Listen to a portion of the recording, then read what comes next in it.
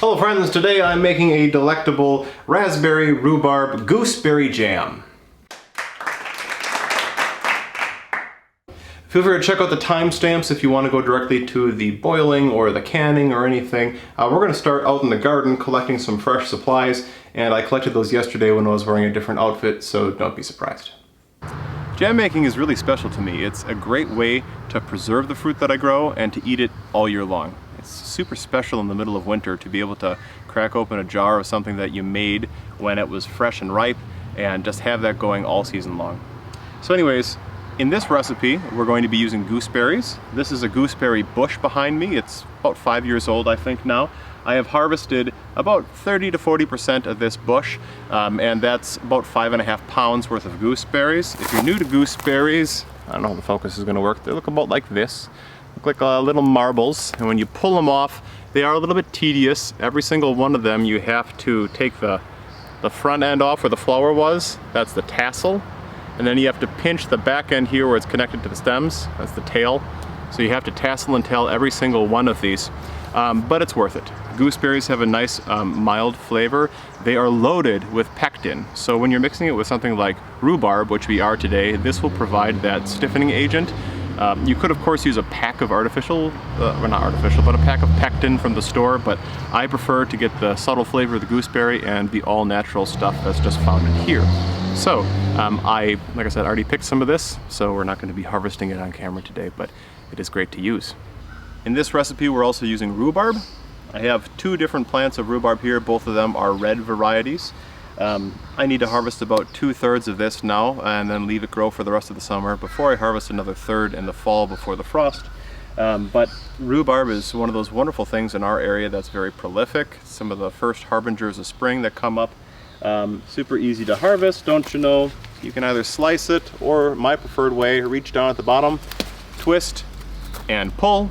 Comes off just fine, and then I believe that sends a signal to the root saying, oh, there's been damage, and then it'll shoot up another one, as opposed to a clean, straight cut. I don't think that signal is transmitted. Could be wrong. Either way, out of the scope of this jam making video, right? And of course, as the title suggests, we're also going to be using raspberries. Now, my raspberries aren't ripe for the harvest yet, but I do have some frozen left over from last harvest. We have a very long hedge, so I like to save some to be used in the early season when the gooseberries and the rhubarb are ready to be harvested, but these just aren't yet.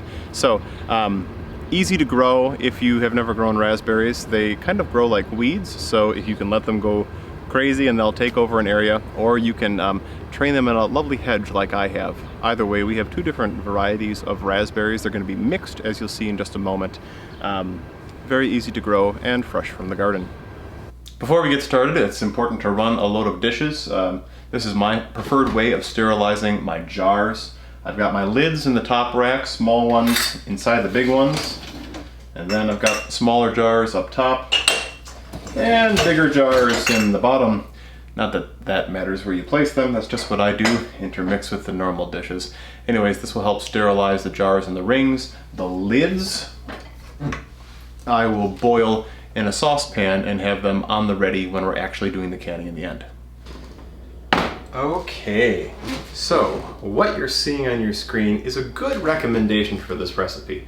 3 parts raspberries, 2 parts rhubarb, 1 part gooseberries, and 1 part sugar. I always go low on my sugar. I think there's enough flavor in general.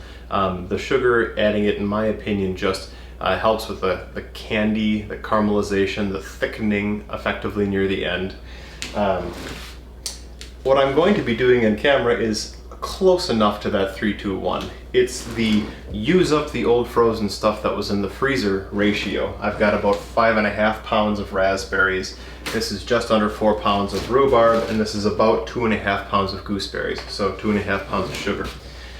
Normally when you get started, in your biggest stock pot you have here, put maybe a cup of water so you can flash the pan. You don't want it to, start burning right away. I'm going to, since these are frozen, bypass that step. There'll be enough water that condenses from the ice, or that melts from the ice, excuse me. So we're going to put each of these in, turn our burner on high, and we are going to be constantly stirring and breaking this down until it begins to boil. Well, this is just about to boil. If I stop stirring it for a second, I can see it starting to bubble up. So any minute now, it's going to be a nice rolling boil. Remember, jam making is an active sport. You really have to be stirring it and scraping the bottom the entire time because you do not want to be burning anything to the bottom of your stock pot or jam pot. Once this does actually boil, I'm going to turn this down to low, just simmer it until all of the whole pieces of rhubarb and gooseberry break down and it's just pulp. Okay, this is now 95% pulped down. There are a couple gooseberries that are whole, no big deal.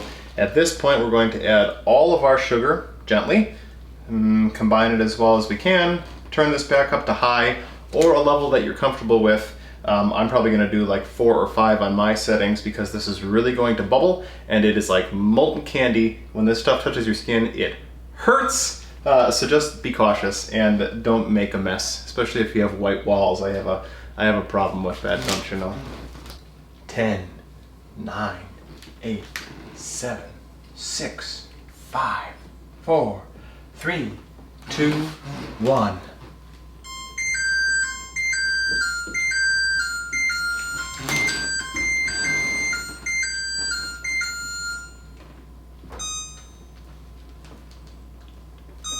OLG. It's been 30 minutes, this slow boil. I can already tell it is not thick enough purposefully, but I am going to grab this plate we froze earlier and show you the tests for setting. So we take our frozen plate, take a little bit of boiling goo, drizzle it on there. I'll come up, and now we are just going to let it run. And the whole point of this is that the frozen plate will quickly cool this and help the gel set. It's actually better along than I was expecting. You know, this is totally vertical, not falling off. Now the places that we had initially done this are cool. I mean, it's delicious. You can see on my finger, I wish you could see on my finger, sorry about the focus. Imagine my finger and is in focus and it's not falling off there. So I mean, I could just be done with it here. I'm not going to be done with it here. I'm going to do this again for 15 minutes. I'll turn the heat up a little bit more and we'll test again at 15, and if it's still not good, we'll do another 15. You just keep going. That setting point will just all of a sudden be there, you know what I mean? And you can stop whenever you are satisfied with the viscosity that you have. So while every step of this process is fun and satisfying in its own right, I think the actual canning part is super satisfying because you've got this giant old crock pot literally full up to here of molten jam, and now we get to proportion it off. It always makes way more than I expect, so this time I prepared a lot of dishes. We've got our sterilized jars. This is a funnel, I think from the 70s, man. 60s, man, would make more sense.